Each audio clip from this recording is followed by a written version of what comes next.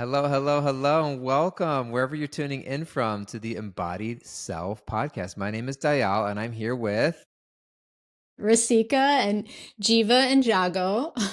We got our little. We brought the whole family this time. We just thought let's just bring. We're talking about internal family systems. Let's just bring the external family. We're talking about embodied presence. Let's just Look bring at in this there. one. Look at this regal one in embodied presence. He's embodied presence. He's embodied as long as he's getting his belly rubs and his affection. Right. He's And ready to this be one embodied. is desperate. He jumped up. Jiva jumped up first, and then Jago was like, I have to be up here. And now Jiva's ready to go. Ready to go because he's not Okay, getting the maybe attention he wanted. maybe you can go or lay down. Okay. They're figuring it out. But we're glad that you're here wherever you're tuning in from, whether you're driving to or from work, washing your dishes, taking care of your kids, giving your kids a bath, making dinner, walking in the park, whatever you're doing. Thank you for being here. And we're really grateful and excited. And last week we had a beautiful conversation just about the idea of the embodied self and what that means, and how just the term itself bridges these big worlds together, like self being capital S, spirituality, presence of something greater than this world. I'm beyond the identities and ego states and parts. I'm more than my body. I'm more than my mind. I have this innate sense of self. And at the same time, that self is embodied. It's experienced first and foremost through the body, and that we don't come in contact with ourselves so that we can eject out of the body and leave the world behind, but that we can engage with the body, with the world in a meaningful way. And the world, first and foremost, begins inside of ourselves. Like, we are part of the world. We are walking bodies of earth. I'm just looking out. It's the fall season in the great state of New Jersey. We've recently moved to New Jersey. I used to be a Jersey skeptic. I'm a Cali boy from California. I never called myself a Cali boy, but California, born and raised. I grew up thinking, I didn't have the language for it at the time, but California is the greatest country in the world. And that was my ethos, right? I just felt like I was a blessed child of God in more ways than one. And I made my way to New York City somehow at 23 years old as a little monk, a little young man monk in my spiritual journey and development. No idea that I'd one day meet and marry a Jersey girl. I didn't even know what that meant. And I always had And it this. means something. it, That it, that it most certainly means something. it means something, right? And not only just a Jersey girl, an Italian Jersey girl. An Italian Jersey girl. I come from an Italian background myself, so I know what that means. And when I work with couples, with doing IFS work with couples, and people will just say, they'll try to explain, a guy will be saying, yeah, sometimes my wife will just walk in and they're just like, they're just bringing an intensity, and they're like, what are you talking about? I'm not being intense right now. It's like, listen, I'm married to an Italian Jersey girl. I get it. I get it. And same thing for me too. I It's can look at. baseline. It's just baseline for us. It's baseline, right?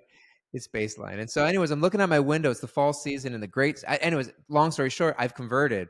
I love New Jersey. It's great. Glad to be here. Beautiful. It's the Garden State. Changed our license plates. Got a new license. I got new. I'm a New Maybe Jersey resident. maybe this is part of another, reason why we're doing this podcast is to spread the good news of New Jersey. to The to to embodied New restore Jersey its podcast. restore the reputation. But yeah, Yeah. I appreciate you so much. Yeah, I know this was an inspiration, this move to here, and in a lot of ways, this is just a temporary landing place as we decide where we want to set down permanent roots. And it very well may be New Jersey, It's a but front for runner. us, it's a front runner. But, that and Spain, one or the other. It's either Jersey or Spain, which usually are the most options for most people, right? I think your brother grew up thinking, I'm either going to live here in Jersey or Spain. Yeah, But and so I just appreciate you, yeah, what it that speaks to your commitment to this partnership, and also it was a natural unfolding for you to want to close the chapter of our lives that we had, where our relationship began, and so much service and work was done in the city, and now we're in this new era, this new chapter. I like to think of it as like a new canto. It's not even the new same book. book. Yeah, I It's was a saying new it to somebody else the other day too. I was like, I'm in this new chapter of life. I feel like I'm in a new, like I'm in a new library. Yeah, exactly. Like I'm entering a new language, like a whole new book of life, and at the same time, it's still connected. And Yeah. a lot of And that's to do, and one of the things we were going to talk about a little bit about my journey, but it's very much about how much, we've been married for 11 years now, going on 12, and how it's even taking me this long just to get to a space of recognizing what that means, and to be in a partnership, and how much, even when getting married, I was still operating out of an old operating system, mm, you know, of my life, and who I was, and who I thought I was, and what I thought life was supposed to be.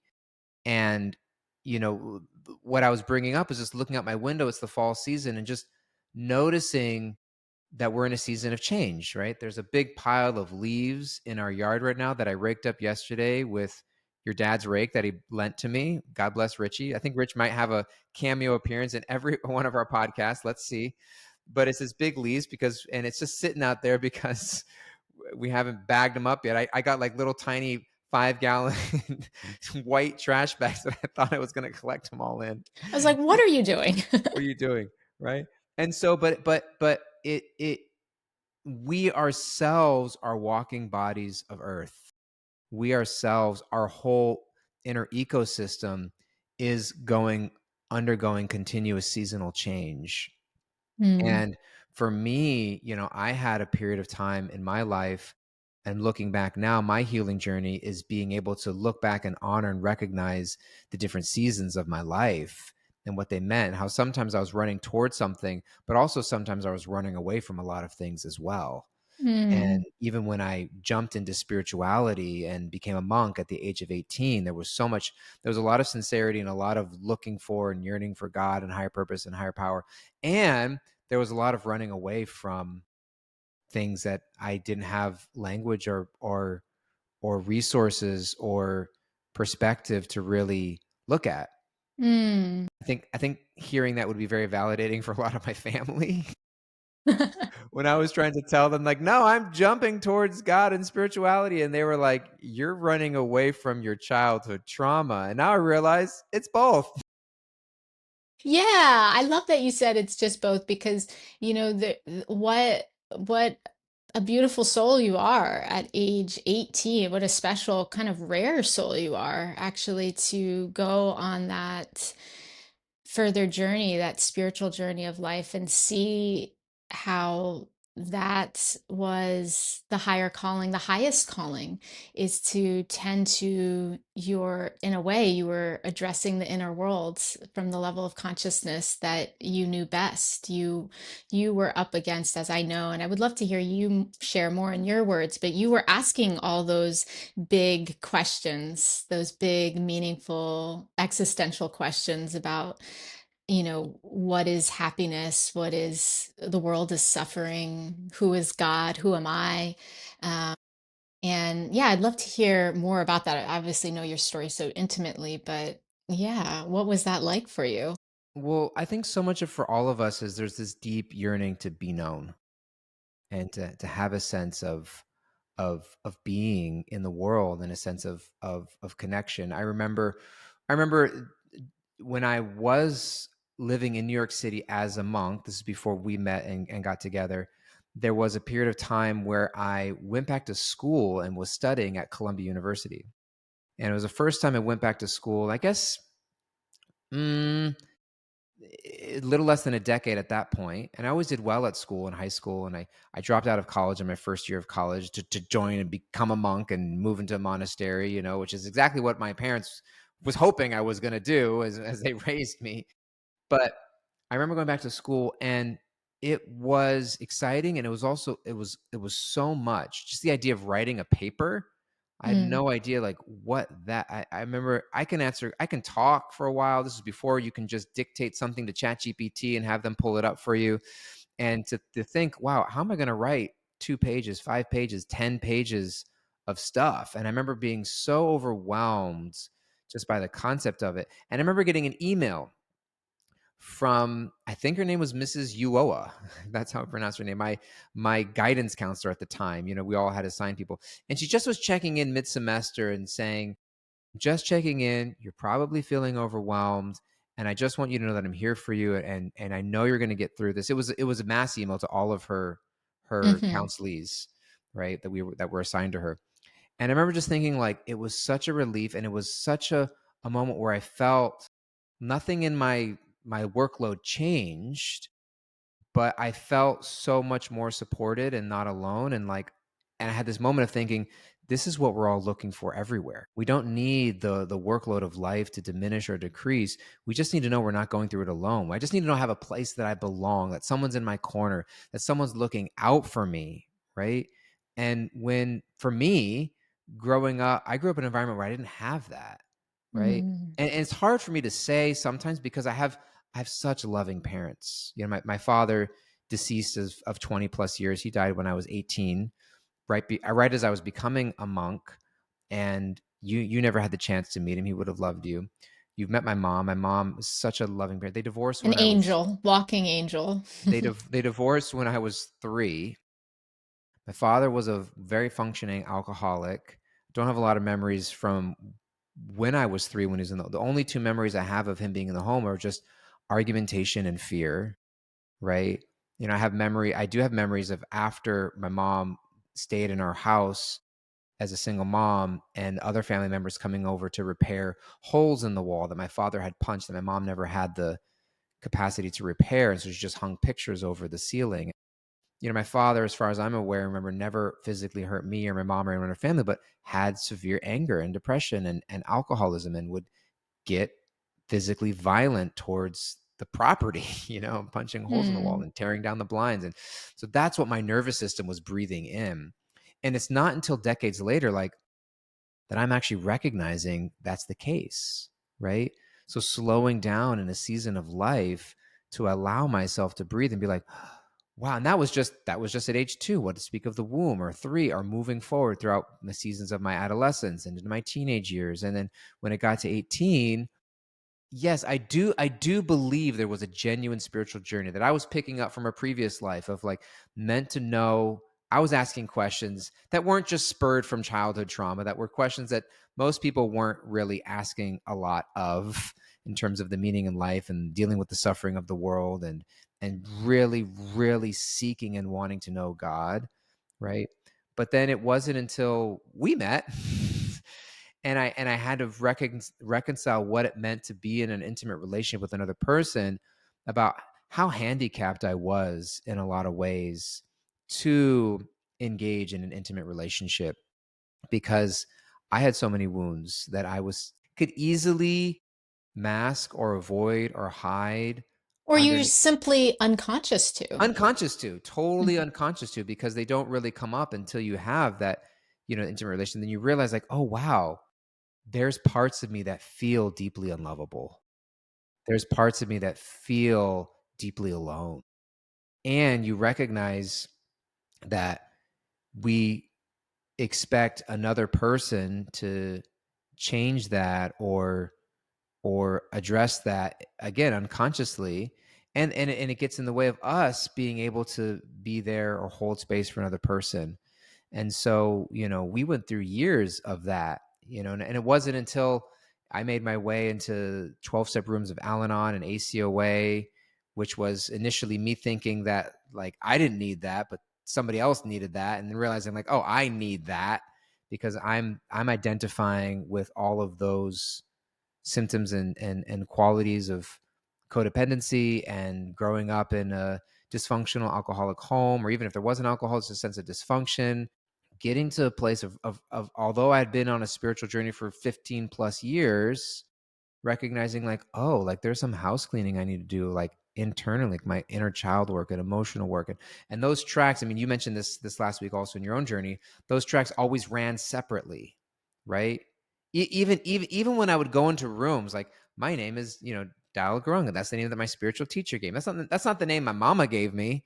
When I go home, when I call my That's not mom, your Italian American given that's not name. my Italian American given name. And I would go into rooms and be like, "Hi, I'm David, and I'm an adult child." Like that's who I was, and I was embarrassed actually to let people know that I had been a monk for 10 years and that I was working for a spiritual organization and that I was a spiritual teacher because I just felt like that's embarrassing to be all of that and then come into these rooms Mm, and my emotional life is a mess and I don't mm, know how to navigate my marriage relationship and I feel like a wounded, helpless, lost child. mm, And come to my seminar next week on the essential teachings of Bhagavad Gita or spiritual texts, or come to yoga philosophy. Come to my yoga class next week, mm, right?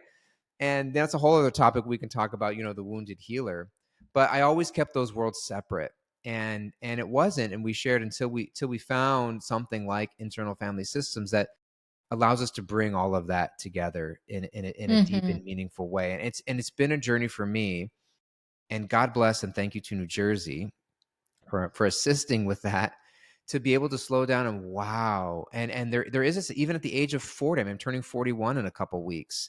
Even at the age of 41, of being in a place of, in some ways, even though I've done so much of my healing journey, so much on my healing journey, in some ways, allowing some parts of me to feel for the first time, Mm. and letting that all come up, and being present to that, of where it's coming up in my gut or in my chest. And you've noticed, excuse me, you've noticed that my body's reacting in this very moment. It's like, stop, it's too much.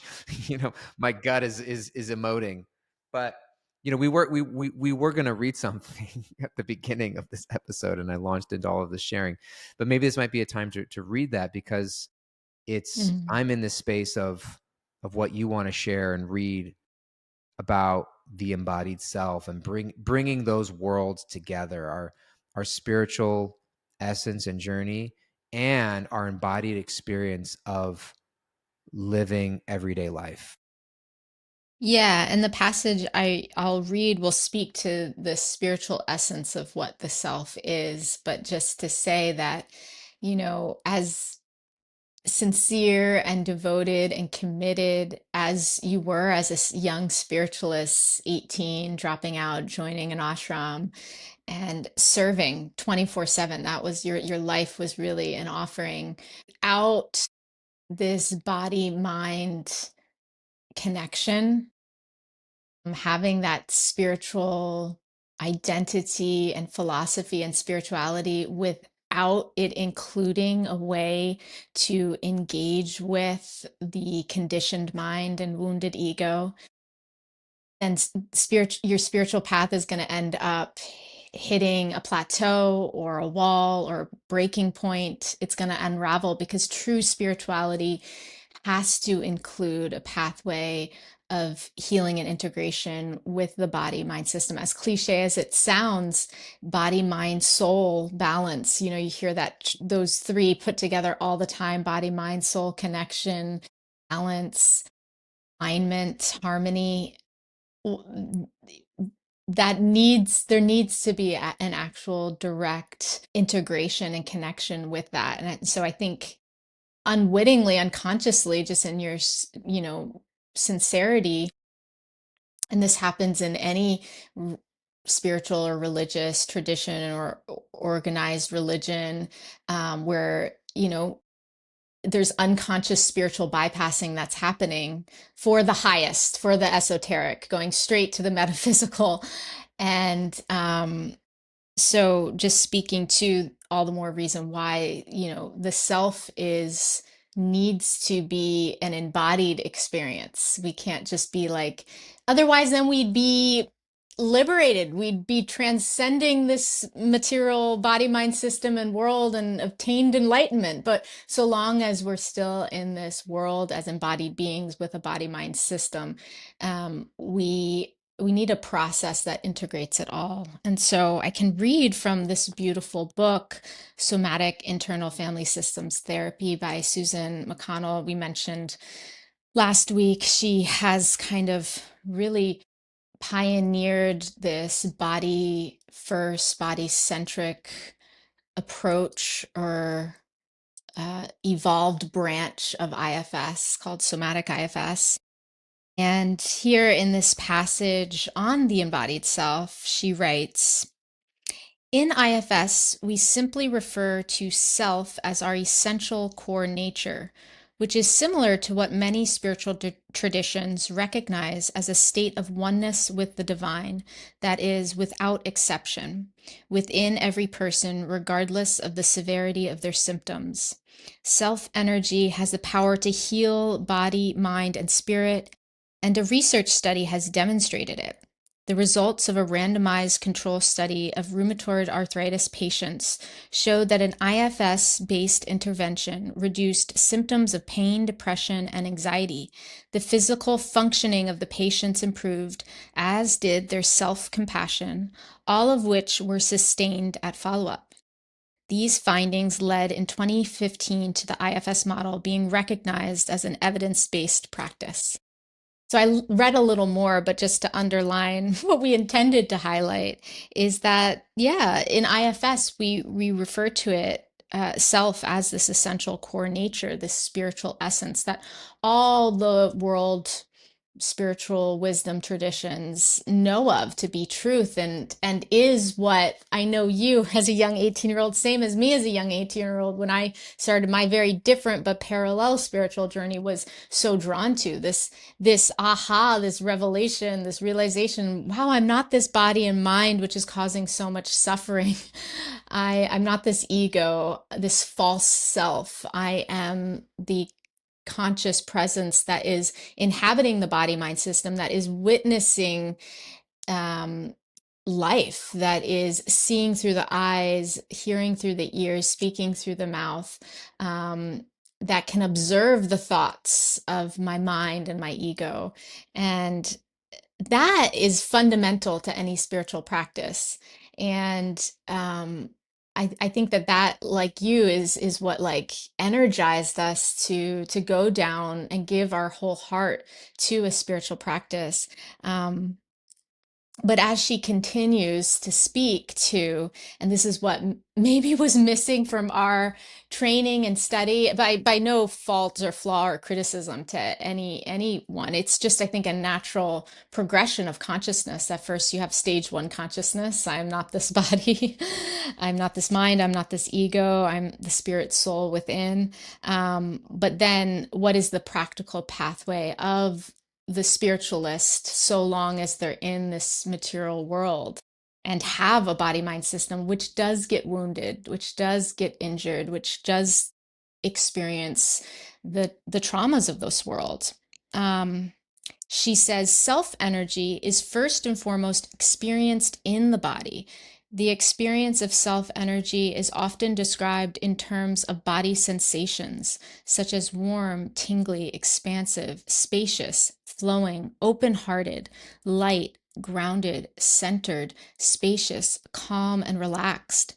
The qualities that depict a person in a state of self energy are often described by the words that begin with the letter C: creative, connected, calm, curious, compassionate, courageous, confident, and clear.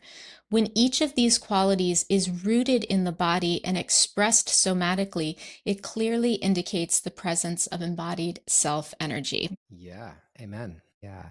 And so for me, I think that's been a big part of my journey is to reintegrate that into Mm-hmm. my healing and to be Mm, able to slow down, as we've mentioned. And I mean, I'd like to hear, I mean, you were reading a little bit from it, but I want to hear more from you if you wanted to expand on what resonates in that with you and why you feel that's so important to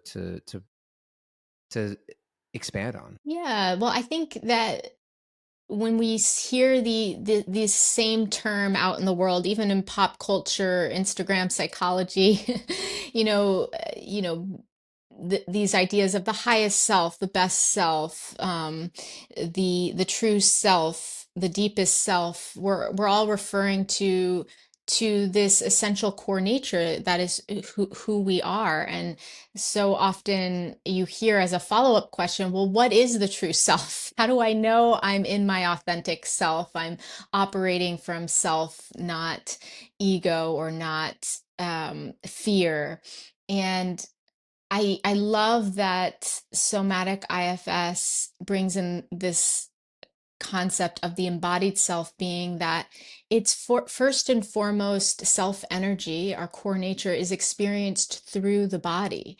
And it's experienced when we've all had those moments of calm and clarity and groundedness and centeredness. Even if we don't have many of those experiences, we know we all can draw from those moments in time, maybe, you know, early morning, sunrise, hearing the birds, or at the beach, or oftentimes in nature, I found, because our body mind system is made of nature. It's made of the same core elements, primary elements as nature.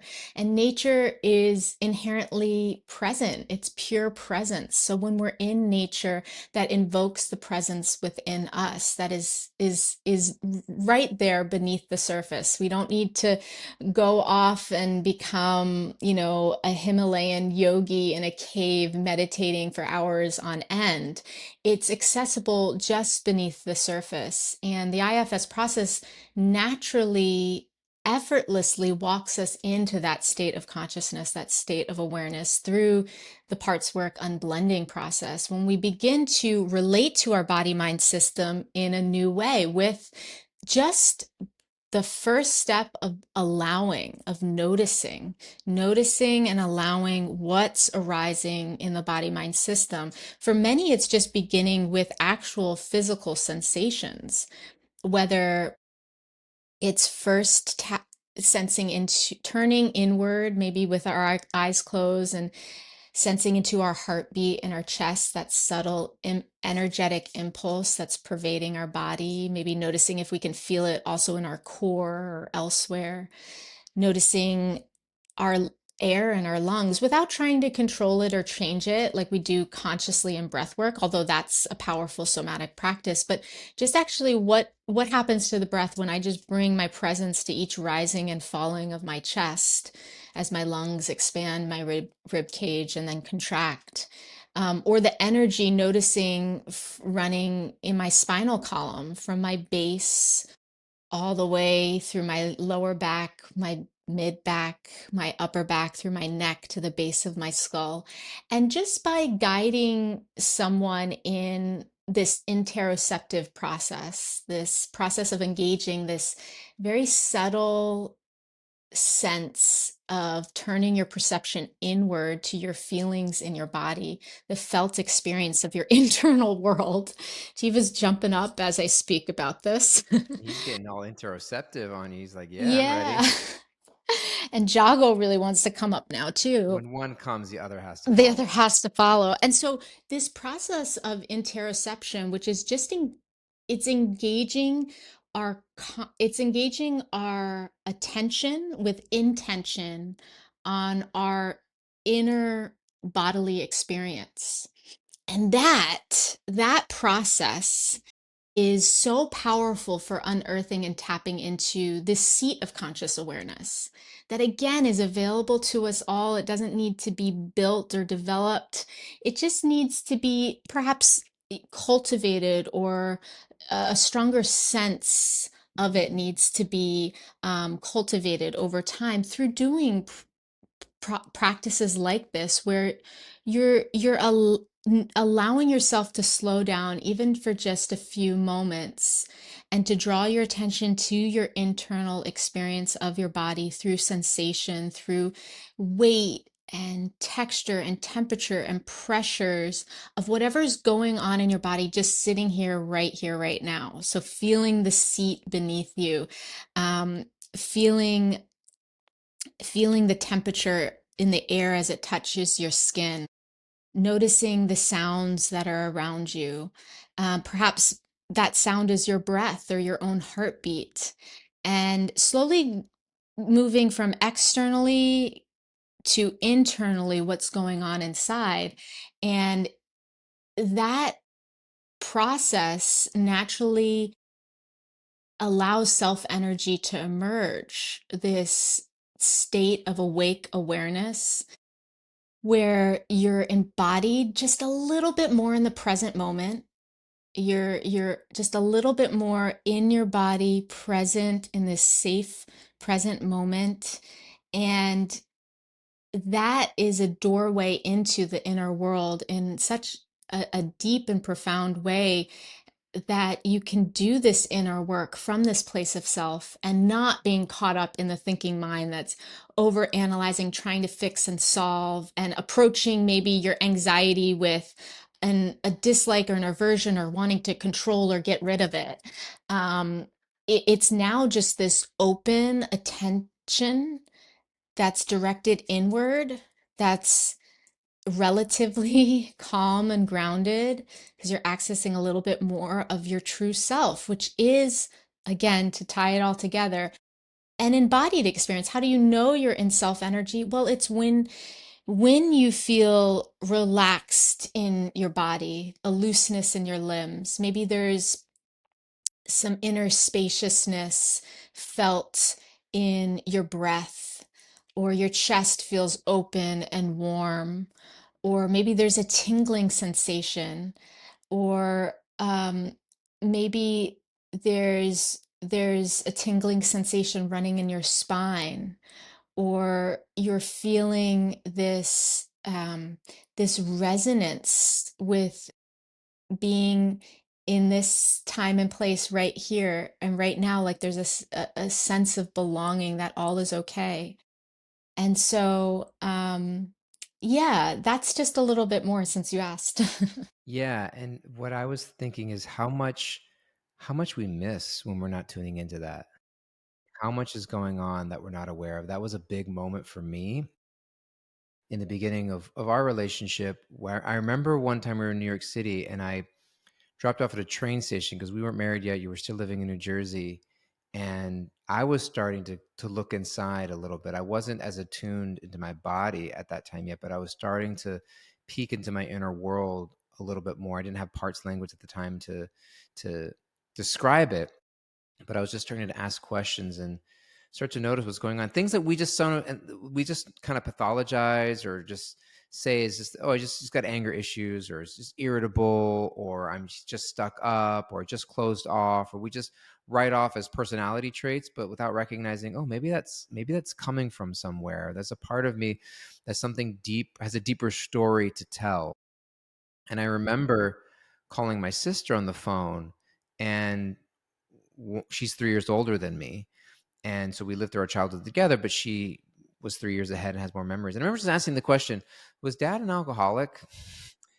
And I remember her, I mean, I didn't see her face, we were on the phone. She just said, yeah, like, what do you mean? Like, it's like asking, was, is my name Dayal? Is my name David? It's like, yeah, what are you talking about? And I remember when I just hear that, it was like a resonance of yes. And at the same time, it was so overwhelming to confront a truth that because I never acknowledged that. And I just burst into tears. It was like an Mm, uncorking of something. One was like a relief of, oh my God, yes, I'm finally allowing myself to reconcile a truth that I hadn't really allowed myself to reconcile for so long in my life. And there was also a question or a sense or a fear, bewilderment of, how could I not know this? How could I move through life being so unaware of something so in front of my face? mm, And when I'm hearing you talk about these simple attunements of just noticing what's going on in my stomach right now, what can I feel, my spinal cord, like these vital functions of life, elements of my being that I spend so little time paying attention to and being aware of, and we just end up with chronic gut issues, or we just think I just have anxiety or anger issues without seeing, wow, where is it showing up in my body? Like, what's going on right now that I'm not paying attention to? So for me, it was, how did I know that about my life? And it's amazing how much we can be unaware of in our life mm, and how simple it is to get present. And then what happens is when we go so long being unaware of something, our system, our body mind system gets really good at protecting.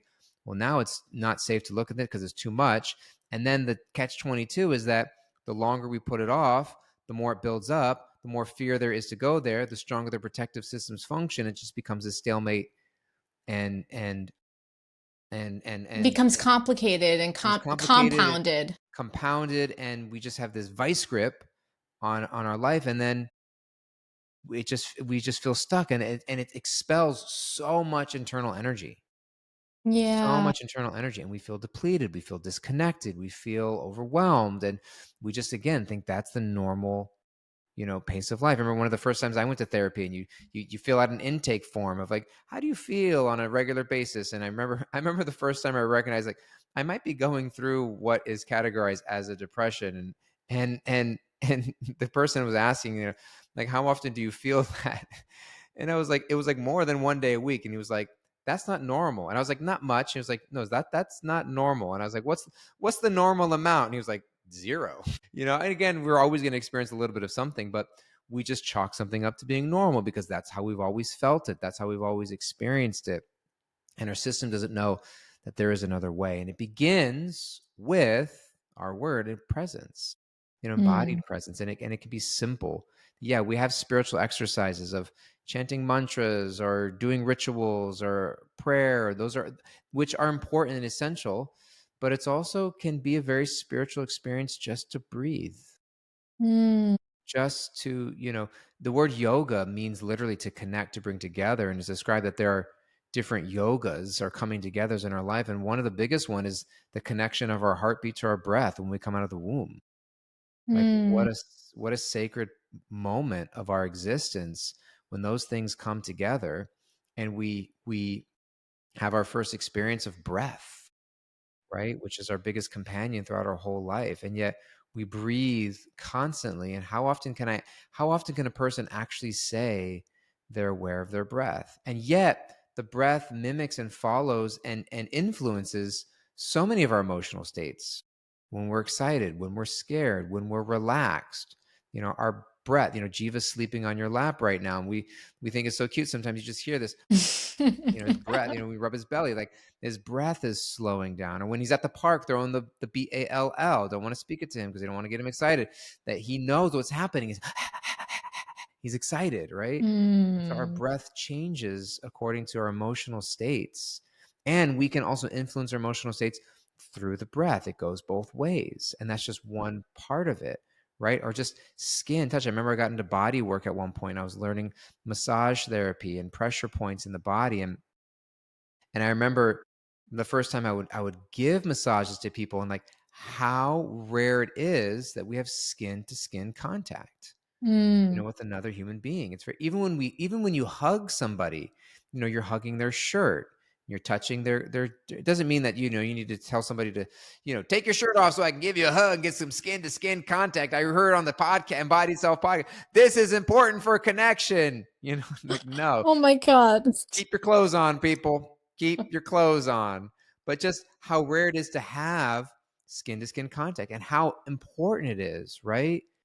Even when we're born, what happens when you're born? You're rushed away into some room as a baby, as opposed to, letting a baby just touch their mother's chest, the bare chest, right? Skin to skin contact, right? And so to be able to just allow yourself to have embodied presence, it's like that itself is healing. Touching a tree, just having your feet on the bare earth, how many opportunities do we have for that, right? Mm. Even in New York City, it's hard to find, even a piece of earth.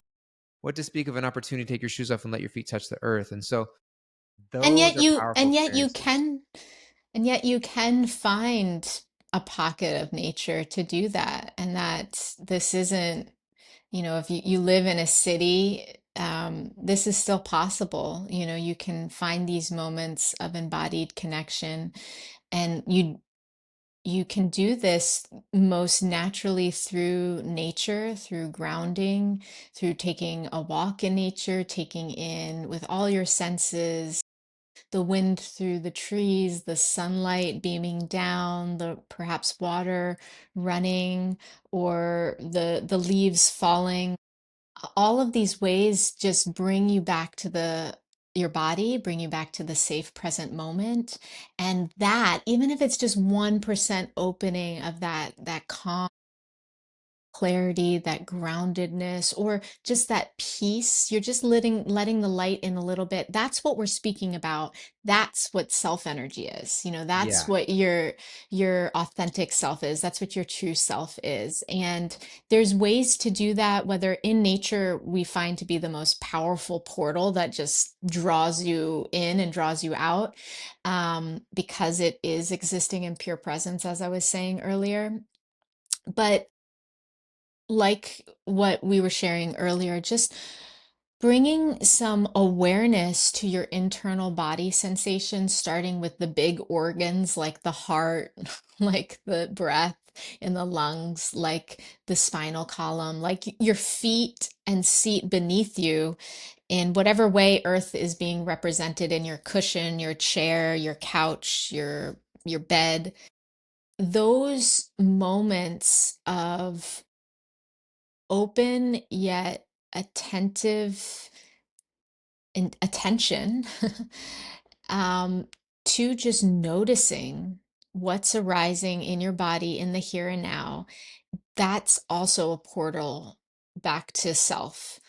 And even when there's a lot of discomfort, there's a lot of restlessness and anxiety, agitation, activation, it's still possible to find moments. Don't let anybody tell you that, it's not possible.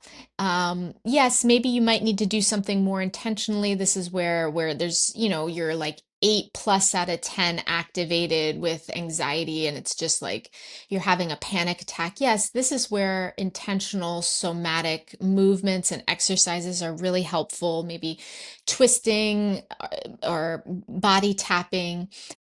But all that's doing is helping you discharge some of that excess energy, the stress hormones that are flooding your body, discharging excess amounts of that, and only for you to then have a moment to pause, to slow down, to notice, okay, so my heart rate is beating fast, or my hands do feel hot or sweaty, or I do feel a flutter in my stomach or a churning in my stomach, or I do feel this tension headache, or this constriction and knots in my neck and shoulder. And that'll give you, if you give your body mind system just a little bit of your presence through noticing and being with it, and allowing all of this to be seen and heard and felt, um, that in and of itself is co-regulating. It's amazing what happens when in those moments you allow yourself to notice and get curious, and even, and this is hard when sometimes in the beginning of this work, it's really helpful to have a guide, to have somebody like us guiding you, because there are going to be parts of you that say, I can't slow down. This is too overwhelming. Like, I don't want to, I'm so fearful. But through self energy of your practitioner that you're working with, or maybe for you, once you do have a little taste of what some presence is, it's amazing how fast your body mind system does want to respond to you co-regulating with it. For you being even just a small, source of safety and connection, for your system to settle, to relax, to be engaged with and tended to. Because what we find in IFS parts work is that our parts are desperate and yearning for us. They want us to come to awaken, to become available and aware of them, to tend to them, and to resolve these wounds that are really just stuck, constricted energy that's in our system. Again, at all the different layers, at our physical, layer, in our tissues, encoded in our nervous system, and also the deepest layer in our psyches. And when we can get to the root of the part that's entangled in all of it, that's living in the body and is entangled in the nervous system, and but is carrying that core wounding and is carrying that core burden of responsibility to protect, then it's like we're really reorganizing and reshifting the whole energetic system by just that opening up some light of safety and connection from some presence. And it doesn't take Buddha level enlightenment presence levels to do. It can just be whatever is a 0.5% more than what you have before. Your system will respond to it because our body mind system intelligently is designed to heal. It wants to return to homeostasis. It wants to, just like when you get a physical cut and you bleed, given the right conditions, as long as you're not, you know, as long as you're giving it, the right conditions with maybe a band-aid or cleaning up the wound and covering it and giving it time and consideration, the body's gonna, I'm not telling, I'm not consciously directing my finger how to heal. It's regenerating the cells and closing the cut. And so same with our psychic body, our mind, it knows how to heal, it wants to heal, it just needs to be given the right conditions. And those conditions are the qualities of self, of providing safety and connection. And in our work, like that's what we're providing our clients, and ultimately passing the torch or lighting or fanning the flame within them to then do that to their own inner world. So that healing, so that desire to move towards healing, well-being, restoration can naturally unfold. But it takes the right presence. It takes actual presence to do that. Yeah, and like you said, we're just passing that torch on because it's been passed on to us. I Hmm. remember when I was in one of my own sessions not too long ago with one of my own IFS practitioners, someone that I work with, who's been such a support for me. Because in order to offer this work, you also have to do this work. Of course. And I was going through a moment of going inside and connecting with some wounded parts of myself that still need some attention and healing. And I wasn't sure if I had the capacity to go there and be there. And she just very lovingly, very confidently, but very humbly just said about herself, I have a lot of self right now. And it was Mm, just, she was just saying, it wasn't like I'm so amazing and great. She was just saying, I'm connected to the field in a very strong way. So I'm just letting you know, and I'm bringing that in with us. mm, And that's all we're called to do as much as possible. And sometimes we're going to have that for other people, and sometimes we're not, and that's okay. But there's plenty to go around. And it's ultimately, this is what I wanted to say as you were speaking, it's the antidote to FOMO. It's the complete self is the complete antidote to FOMO because presence opens us up to everything that's right here, right now. Oh my God, mm, how much is right here, right now for me to be engaged with, as opposed to seeking something way out there that I'm missing out on, right? I mm, remember so often, one of our spiritual teachers had given some sort of class or presentation, and somebody was complimenting them, and it was out in nature. It was in Cleveland, Ohio, in a park somewhere, and he's getting out of a car, and somebody said, "Oh, yesterday you were so amazing." And he looked around with this genuine childlike innocence, fully embodied in himself, and just said, everything is amazing. Right? mm, And I could just see him. He was looking at the trees. He was looking, feeling the wind. He was noticing other human beings, and just everything is amazing. And like, wow, being attuned to what's here. And so that is the antidote to FOMO, in my opinion, because I'm no longer worried that I'm missing out on something out there. That everything I need is ultimately right here, and from that place, I can go out and engage in the world meaningfully. I know. I mean, we can have we're running to the end of this episode in a minute, but I can have a whole episode plus 210 a million about being in rooms filled with other people and feeling utterly alone, being mm, right next to like amazing spiritual people and still feeling disconnected, right? Because internally I wasn't connected, and I was thinking that I just needed to shift, the external circumstances in a way to make me feel differently inside. When, whatever it is that I'm uncomfortable with when I'm alone, is more than likely what I'm running away from when I'm trying to go out and be something in the world. And so learning to be present with myself is one of the greatest skills that I'm still learning, that you're helping me learn, that our little pups are helping us learn, that the great state of New Jersey, God bless it, is helping us learn, right? That our dogs are not always in self when a squirrel runs by our yard, right? Yeah, we haven't we oh, it's a UPS truck. We haven't worked out what will happen in these podcasts when our babies are activated, but I think it's a beautiful way to begin winding down. Yeah. And so you may not hear that, but our dogs, which are so embodied in self, are yelling at the UPS truck. They're living in the moment. They're living very much in the moment. And so thank you for sharing this conversation. Thank you, everybody out there, for listening. We love you. If you don't get anything else, we just want to let you know that there is beauty and hope in your life, and there's so much for you inside to explore and develop.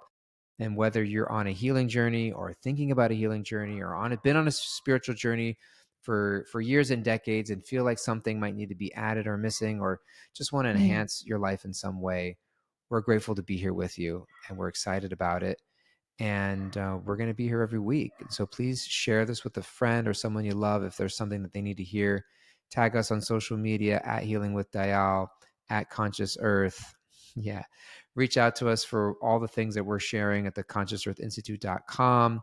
We'd love to be in touch. You can write to me personally, Dayal, Dayal, at consciousearthinstitute.com. Just be in touch. We'd love to hear from you, feedback, questions, reflections. We love connecting. So thank you so much for being with us. We look forward to connecting with you again soon. Say bye, Jago. Say bye-bye, Juggle. Bye-bye. Okay. Take care, everybody. Bye Bye, bye. everyone. See you next time.